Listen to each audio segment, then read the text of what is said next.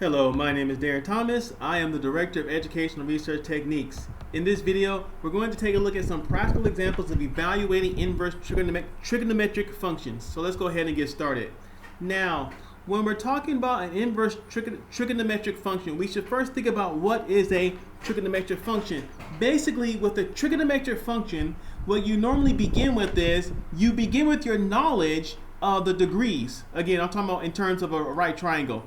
So let's say I have a right triangle like this, nice and beautiful, and this is the angle that I want to know about. I'll give it a letter in a number in a second. This is hypotenuse, this is adjacent, this is opposite, and of course this is going to be theta. Now, when you're dealing with a trigonometric function, you know what the angle value is, or the radian value of the angle is, and you're trying to figure out the length of the sides. With the inverse trigonometric function, is the opposite. You have the length of the sides and you're trying to figure out the theta, if you will. So let me see if I can give you an example. Let's say my theta equals 30 degrees or even something like that. So if I want to know sine of sine 30 degrees, this will tell me information about the lengths of my different sides here, if you will. That's what it'll tell me. It will tell me the ratio between my two sides. In terms of the Sohcahtoa rule, so opposite over adjacent. By calculating this value right here, sine of 30, I can figure out what the opposite, what this might be, the ratio between the opposite and the hypotenuse right here. That's what the regular trigonometric function tells me. Now, when I'm doing inverse trigonometric functions, I'll have something like this: sine -1, and then I'll have whatever my values are, adjacent over hypotenuse or whatever. That's for cosine, excuse me. So opposite over hypotenuse.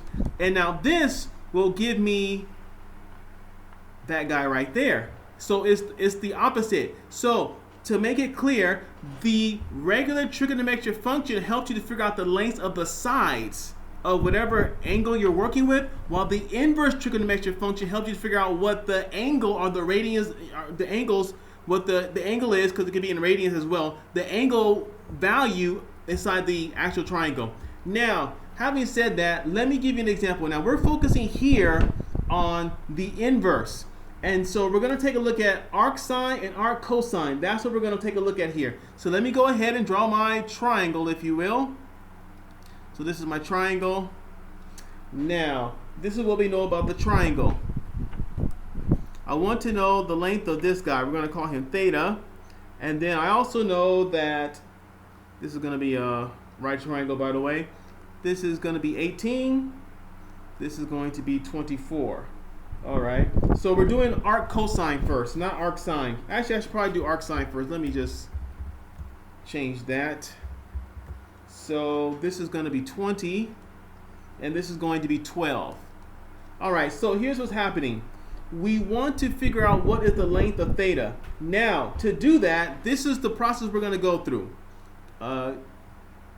So we know that sine of theta is going to equal 12 over 20, because this is the opposite and this is the hypotenuse, a over h, if you will. So this is kind of your a, this is kind of your h, if you will. Opposite over hypotenuse, that's sine, arc sine, excuse me. So that means that theta is going to equal sine to the -1. That's arc sine 12 over 20. That's what we're going to get. Now, to do this, you need to either have a calculator or trig tables. So we're not really interested in either of those. So let's see here. 12 over 20. I'm going to go ahead and put that in here. 12 over 20. And so all this is going to do is going to give me the radians. I'll take the radians first. Let me just remove that for a second. Then I press enter. Oh, 12 over 20. Oh, arc sine. I need arc sine. Let me get that. Arc sine.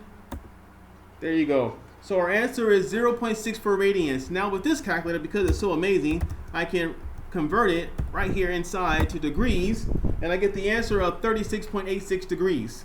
So if I had to remove that, I can tell you now that theta equals 36.86 degrees.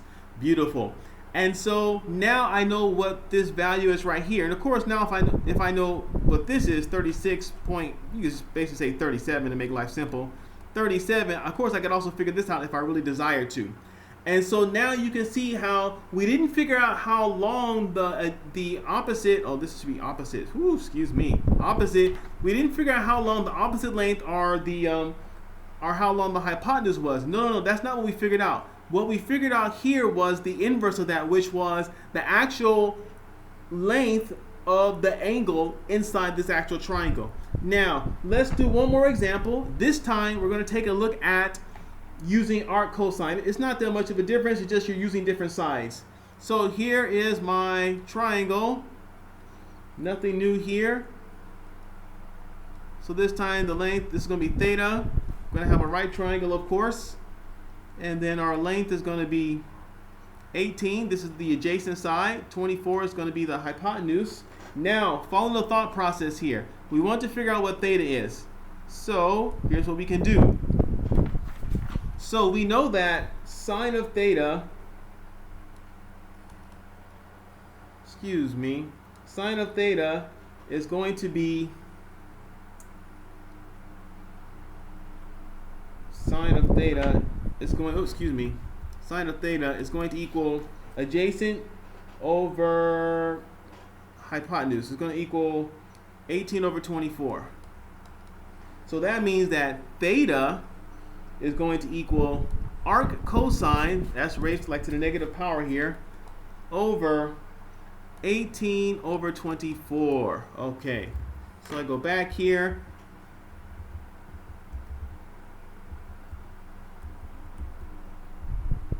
Put in 18 over 24. I don't want degrees yet, so I'm going to remove this. And so we get 0.72 radians. And so if I want to convert this to degrees, I get 41.41 degrees essentially. So theta in this example equals 41.41. Ooh, 41, like that. And so you can see how this works. It's not that complicated, but you just have to understand, okay, what do we mean by inverse here? Inverse means to do the opposite of whatever you were doing before. So with the normal trig function, you're trying to figure out the length of the sides because you know the angle, whether in radians or in degrees.